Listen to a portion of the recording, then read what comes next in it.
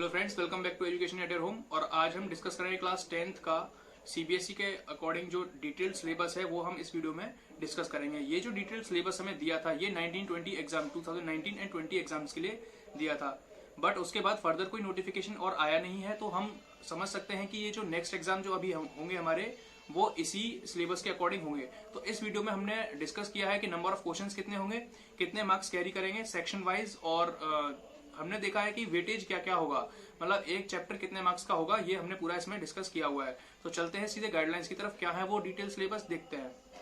तो अभी हमारे पास है क्लास 10th का कोर्स स्ट्रक्चर। तो इसमें हम देख सकते हैं कि कौन सा चैप्टर कितने मार्क्स का आएगा, ये हमें इसमें दे रखा है।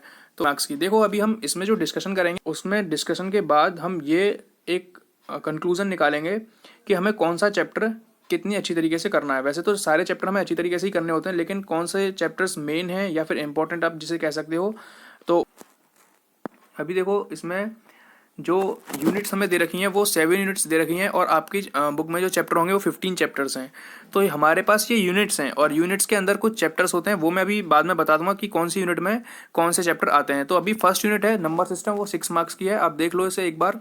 और एलजेब्रा 20 मार्क्स का है, कोऑर्डिनेट ज्योमेट्री 6 मार्क्स की है, ज्योमेट्री जो है वो 15 मार्क्स की है, ट्रिग्नोमेट्री 12 मार्क्स की है। यहाँ पे आप ट्रिग्नोमेट्री देखो, आपके लिए बहुत नया होगा ये चैप्टर, आपने पहले कभी ट्रिग्नोमेट्री का बेसिक भी नहीं पढ़ा होगा, तो इस चैप्टर को हम थोड़ा अच्छी तरीके से और ढंग से करेंगे। मेंसुरेशन 10 मार्क्स का है, स्टेट्स और प्रोबेबिलिटी आपकी 11 मार्क्स की है। तो ये टोटल आपके जो मार्क्स होते हैं वो होते हैं 80 मार्क्स।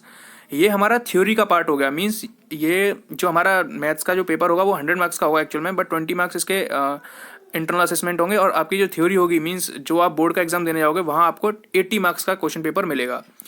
तो आपको मैंने बता दिया है कौन कौन सी यूनिट्स कितने कितने मार्क्स की होंगी। अब आगे चलते हैं कि कौन सी यूनिट में कौन से चैप्टर्स हैं। तो हमारी जो अभी फर्स्ट यूनिट है वो है नंबर सिस्टम, और इसमें हमारा चैप्टर नंबर 1 आता है जिसका नाम है रियल नंबर्स। तो अभी ये रियल नंबर हमारा एक ही चैप्टर है इस यूनिट में, तो ये पूरा चैप्टर कितने मार्क्स का आएगा, ये 6 मार्क्स का आएगा, क्योंकि हमारी फर्स्ट यूनिट कितने मार्क्स की थी, 6 मार्क्स की थी। तो आप देख लो, ये रियल नंबर है और इसमें हमें कुछ 6 मार्क्स ये हमें दिलाएगा बोर्ड्स एग्जाम में। आगे चलते हैं, तो आगे हमें, तो अभी बात आती है यूनिट 2 की जिसका नाम है एलजेब्रा।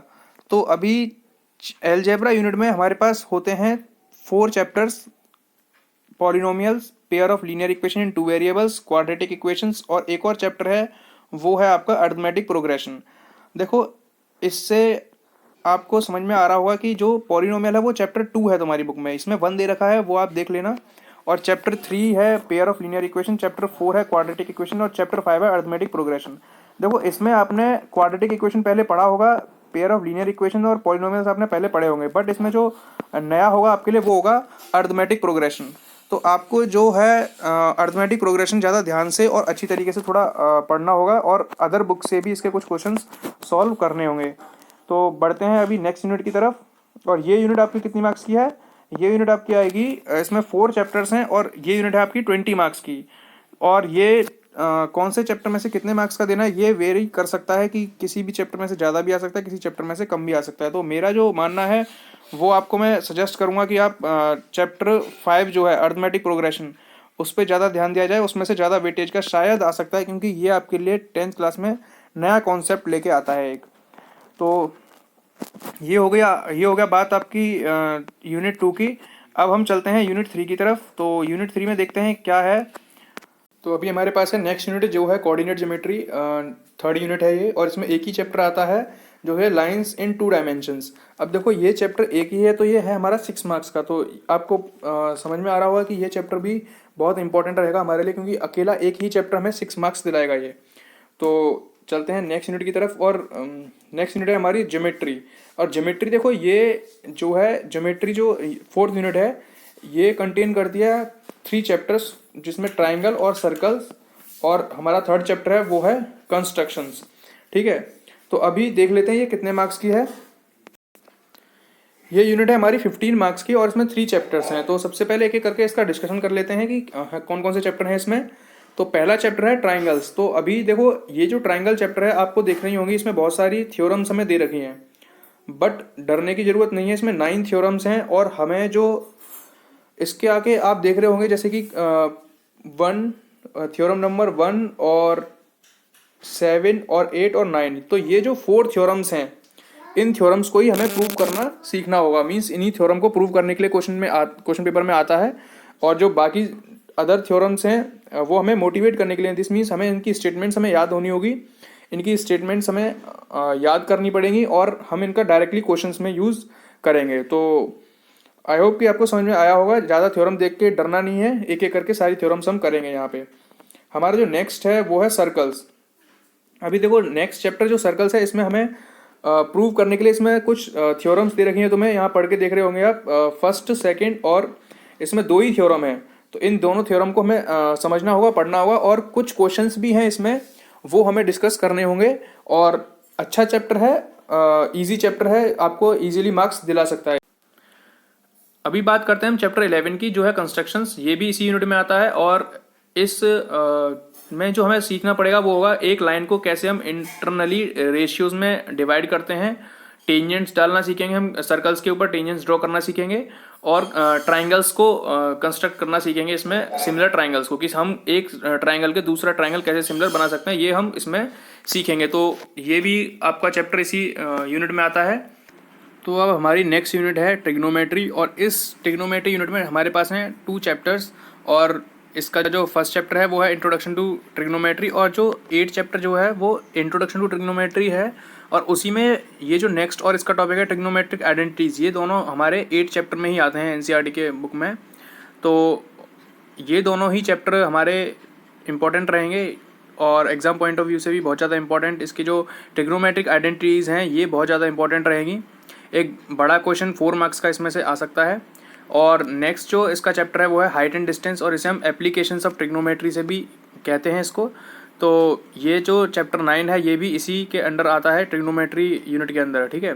तो ये 3 टॉपिक्स, या फिर ये 2 चैप्टर आप कह सकते हो, 8 और 9, ये दोनों चैप्टर्स हैं हमारे 12 मार्क्स के। तो ये वेरी कर सकता है कि कितने मार्क्स का कौन से चैप्टर में से आए, इसलिए हम इसे थॉरोली अच्छी तरीके से पढ़ेंगे इस चैप्टर को। बहुत इंपॉर्टेंट ये दोनों चैप्टर्स हैं। चलते हैं इसकी नेक्स्ट यूनिट की तरफ। तो अभी हमारे पास है 6th यूनिट मेंसुरेशन, और इसके अंदर आते हैं हमारे 2 chapters, area related to circle, ये हमारा 12 चैप्टर है, और सरफेस एरिया एंड वॉल्यूम, ये 13 चैप्टर है। देखो 12 चैप्टर में हम एरिया निकालना सीखेंगे सर्कल्स का। सर्कल्स के पार्ट्स कुछ होते हैं जैसे सेगमेंट और सेक्टर, इन दोनों के हम एरिया निकालना सीखेंगे। और चैप्टर 13 जो है वो आपने पहले भी पढ़ रखे होंगे इसमें से, कि area, surface area and volume कैसा चैप्टर होता है, पूरा फॉर्मूला बेस्ड चैप्टर होता है। और इसमें एक नया टॉपिक होगा, वो होगा फ्रस्ट्रम ऑफ कोन। ये आपने टॉपिक पहले नहीं पढ़ा होगा, इस टॉपिक को हम इसमें डिस्कशन करेंगे। और ये दोनों चैप्टर कंप्लीट दोनों होके ये हमें नंबर देंगे 10 मार्क्स। तो ये यूनिट कितने मार्क्स की है, ये हमारी 10 मार्क्स की यूनिट है। और अब हम चलते हैं नेक्स्ट यूनिट की तरफ।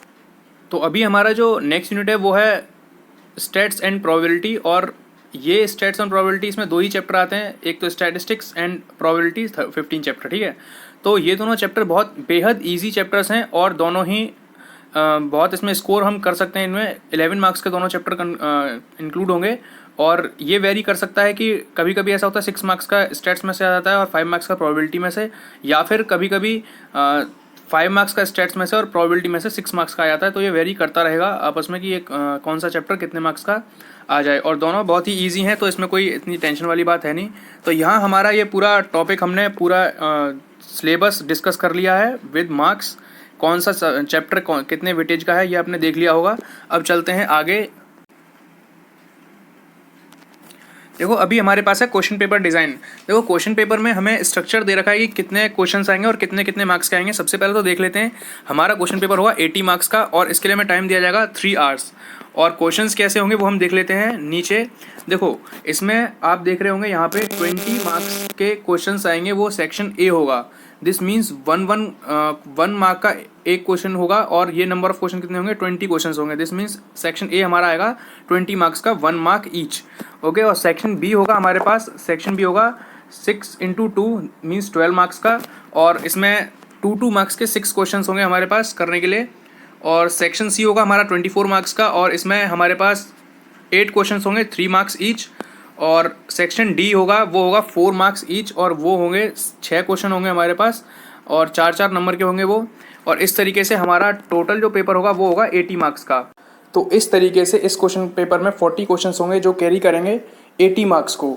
तो अगर हम कंपेयर करें इसे पहले एग्ज़ाम से, पहले के एग्ज़ाम्स क्वेश्चन पेपर जो आते थे, तो उसमें उसके मुकाबले ये क्वेश्चन पेपर थोड़ा लेंथी रहेगा। और इस क्वेश्चन पेपर में जो सेक्शन ए होगा वो काफ़ी क्वेश्चन कैरी करेगा, जो कि 20 क्वेश्चन होंगे, 1 मार्क्स ईच। तो इसमें हम इसके अकॉर्डिंग हम देख सकते हैं कि ये क्वेश्चन पेपर थोड़ा ऑब्जेक्टिव टाइप हो जाएगा और इसमें गलती होने के चांसेस बहुत ज़्यादा हो जाएंगे।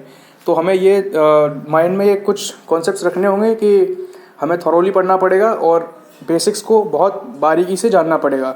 चलते हैं इसके नेक्स्ट टॉपिक की तरफ। और इसके बाद ये हो गई हमारी थ्योरी की बात अब तक। अब थ्योरी के बाद हमारा आता है इंटरनल असेसमेंट। देखो इंटरनल असेसमेंट हमें क्या दे रखा है, paper pen test and multiple assessment, वो हो गए 5+5 = 10 मार्क्स। दिस मीन्स जो आपके अभी तक एग्जाम होंगे, जैसे first unit test, half yearly and second unit test, इनमें हमें टॉप 2, मतलब इनमें से सबसे ज़्यादा मार्क्स जिन भी 2 एग्ज़ाम्स में आए होंगे उनके हम एवरेज मार्क्स निकाल के 10 मार्क्स में निकालेंगे। मान लो तुम्हारे फर्स्ट यूनिट टेस्ट में किसी सब्जेक्ट में, मैथ्स में, मान लो 100 में से 90 मार्क्स आए, तो उसका 9 नंबर लिया जाएगा। मीन्स हम उसे 10 में से करेंगे। और सेकंड मान लो हाफ ईयरली में भी आपके 8 आए, 80 आए 100 में से, तो हम उसको 8 काउंट करेंगे और 9 + 8 करके डिवाइड बाय 2 करके इन दोनों का एवरेज निकाल के हम ये 10 मार्क्स में से आपको देंगे। नेक्स्ट है, ये आपका 10 मार्क्स का हो गया। उसके बाद आएगा पोर्टफोलियो, ये आपका 5 मार्क्स का होगा। और लैब प्रैक्टिकल एक्टिविटीज़, ये भी आपका 5 मार्क्स का होगा। देखो लैब प्रैक्टिकल वगैरह, और लैब प्रैक्टिकल ये क्या होगा, इसमें आपकी कॉपीज़ और आपको कुछ प्रैक्टिकल के लिए फाइल बनानी होगी जो लास्ट में आपको डिपॉजिट करनी होगी टीचर्स को, तो उस बिहाफ पे आपको मार्क्स दिए जाएंगे। तो ये आपका पूरा टोटल 100 मार्क्स का पेपर हमने यहाँ पे डिस्कस कर लिया है। और आगे चल के हम इसी बिहाफ पे हम अपना तैयारी करेंगे और इससे हमें थोड़ा इजी रहेगा तैयारी करना। तो आशा करता हूँ कि ये आपको समझ में आ गया होगा कि कौन से चैप्टर्स ज़्यादा वेटेज वाले हैं और उनके ऊपर हम ज़्यादा कॉन्सेंट्रेट करके हम अपनी पढ़ाई करेंगे। तो thanks for watching and God bless you all.